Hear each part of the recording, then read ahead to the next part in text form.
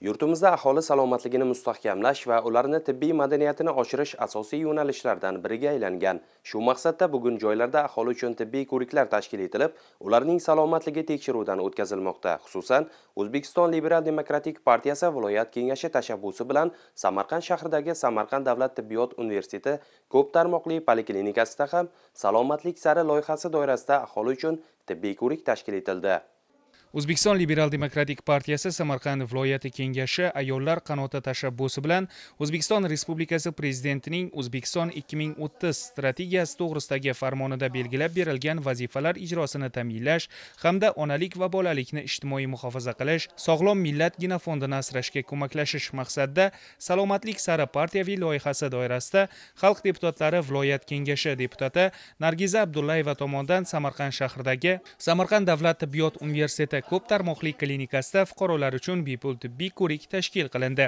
Tibbiy ko'rik davomida 200 nafardan ortiq xotin-qizlar ko'rikdan o'tkazilib, tor doiradagi terapevt, okulist, lor, kardiolog, ginekolog, oftalmolog, nevropatolog, xirurg kabi mutaxassislar tomonidan aholiga kerakli tavsiyalar berildi. Ko'zim ba'zida yoshlanadi. O'sha uchun tekshirtirgan kelib turaman. Men juda ham mamnunman doktorlarimizdan. Apparatlarda tekshirdilar. Ko'rishim yaxshi. Yoshlanishlar ham ketdi.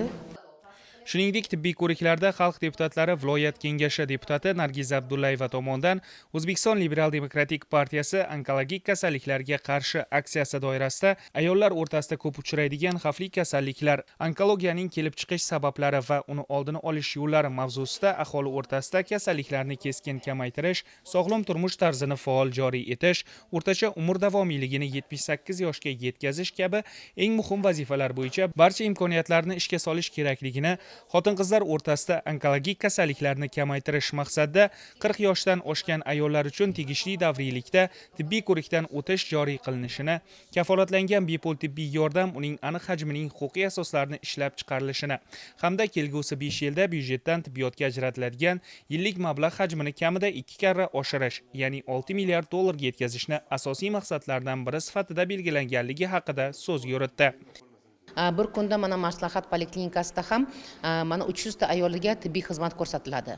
Bu tibbiy xizmatlarning ichida tibbiy paketimiz ham bor. Tibbiy paketimizda bu order bilan kelgan kasallarga, ambulator kasallarga bepul tibbiy xizmat ko'rsatish ham yo'lga qo'yilgan. Maslahat poliklinikamizda raqamlashtirish ham yo'lga qo'yilgan. Mana har bitta kelgan fuqaro, har bitta kelgan bemorlarga mana masalan ko'p kuttirmay o'sha raqamlashtirish bo'yicha alohida o'zlarini bejiklarini olib, ular mana shu tibbiy ko'riklardan o'tkazilyapti.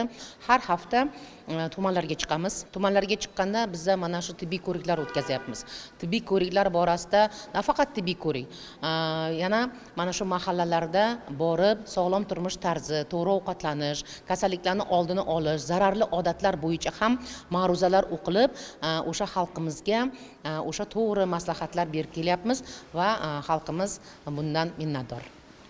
Bir deputat 100 ayolga ko'makchi loyihasi doirasida eng faol deputat sifatida Nargiza Abdullayeva xotin-qizlarni tadbirkorlikka jalb qilish, huquqiy yordam ko'rsatish, kredit olishga ko'maklashish, bandligini ta'minlash, moddiy yordam ko'rsatish, shuningdek, dori-darmonlar uchun jarrohlik amaliyotlari va bepul statsionar tibbiyot muassasalariga joylashishlari va davolanishlari uchun zarur bo'lgan yordamlar ko'rsatilishida munosib hissa qo'shib kelmoqda.